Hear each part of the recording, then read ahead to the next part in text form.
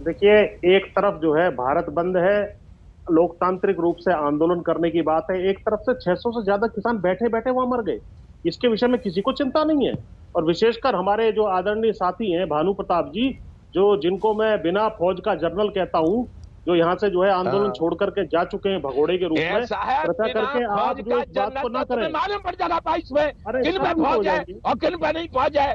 बेकार की बातें, बिना फौज का, बिना, अरे तुम्हारे दो देश से आदमी हम बैठे 26 इनको बंद कराइए तो मैं बोलूं। मुजफ्फरनगर में तुम्हारी सब औकात खोल दी, आप आंदोलन छोड़ के जा चुके हैं। इन्हीं मामलों को लेकर, इन्हीं मुद्दों को लेकर आप वहाँ चिल्ला बॉर्डर पर बैठे थे। आप आंदोलन छोड़ के जा चुके हैं और आपकी फौज आपको छोड़ के जा चुकी है। इसलिए अब आप तलवार भांज करते हो, कोई फायदा नहीं है। आप किसानों के विरुद्ध बोलने की कृपा ना करें। जीवन भर आपने संघर्ष किया और आप अब जो है किसानों के विरुद्ध में बोलते रहते हैं, इसका कोई लाभ नहीं है। आप जो है ठाकुर साहब शांत हो जाइए। आपने केवल जो है मैदान छोड़ करके रणछोड़ दास आप बन चुके हैं।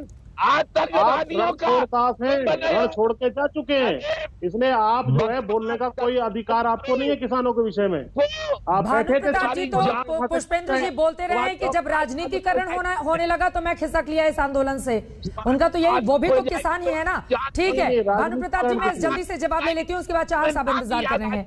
ठीक है, सब लोगों को जब इस प्लेटफॉर्म का, जब आप लोग बीजेपी को हराने की बात करने लगे, जब अलग अलग राज्यों में जाकर बीजेपी को हराने के लिए दूसरी पार्टियों का समर्थन करने लगे, तो फिर वो अलग हो गए आपसे।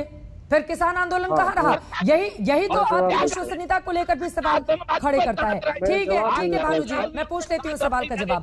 ठीक है, मैं बोलूं मैडम? हाँ बोलिए चौधरी।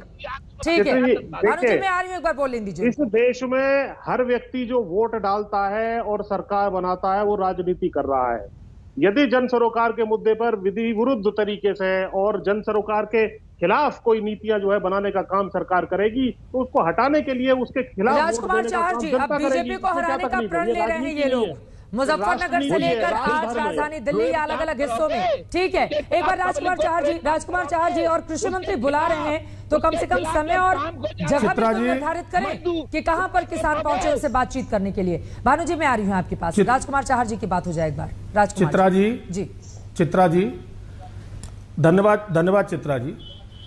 देखिए, मेरा कहना यह है कि जो भी चर्चा करे वो बड़ी सार्थक करे। सबसे पहले मैं ये कहना चाहूंगा कि जिस उद्देश्य को लेके ये आंदोलन शुरू किया गया था, लोगों के मन में एक भ्रम पैदा करने की कोशिश की थी कि एमएसपी खत्म कर दी जाएगी, किसानों की जमीन चली जाएगी।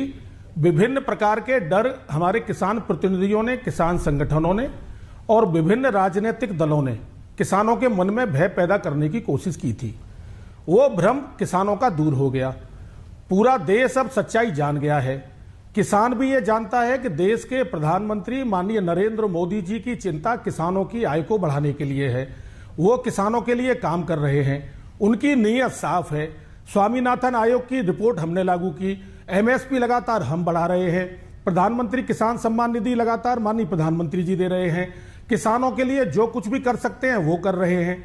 उसके बावजूद जब सच्चाई देश की जनता को और किसानों को पता लग गया, तो किसानों के नाम पर राजनीति करने वाले लोग वो अब हताश हो गए हैं, निराश हो गए हैं। उनके मन में सूझ नहीं रहा कि हम करें क्या। पहले चाहर साहब, देखिए वरुण जी के बारे में, सांसद हैं बीजेपी के, बाकायदा चिट्ठी लिख रहे हैं। वरुण जी के बारे